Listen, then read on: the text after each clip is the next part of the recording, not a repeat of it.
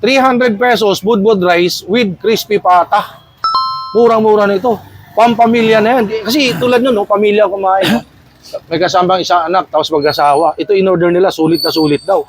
At saka mang ito pong inyong isa sa bago ay Boneless crispy pata. ikaw lang yata nagpauso ng boneless na crispy pata, ano? Ito, medyo mahal lang to kasi 800. Ito ang ganitong kalaki. 800 kasi napakahirap gawin. Oo. Saka, ito kung titingnan, maliit lang. Oo nga kasi Kasi natanggal yung buto niya sa buto, loob. boneless na siya. Kaya siya mukhang maliit, ano? Oo. Pero pagka sariwa to, alas 2 kilo to.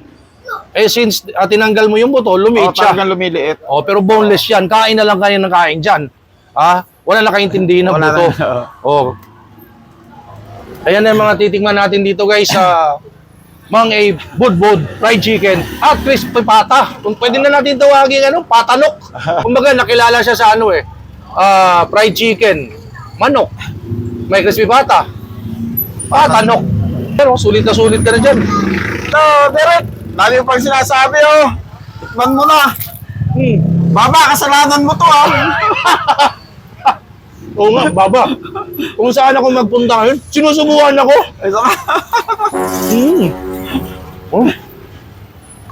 Masarap nga.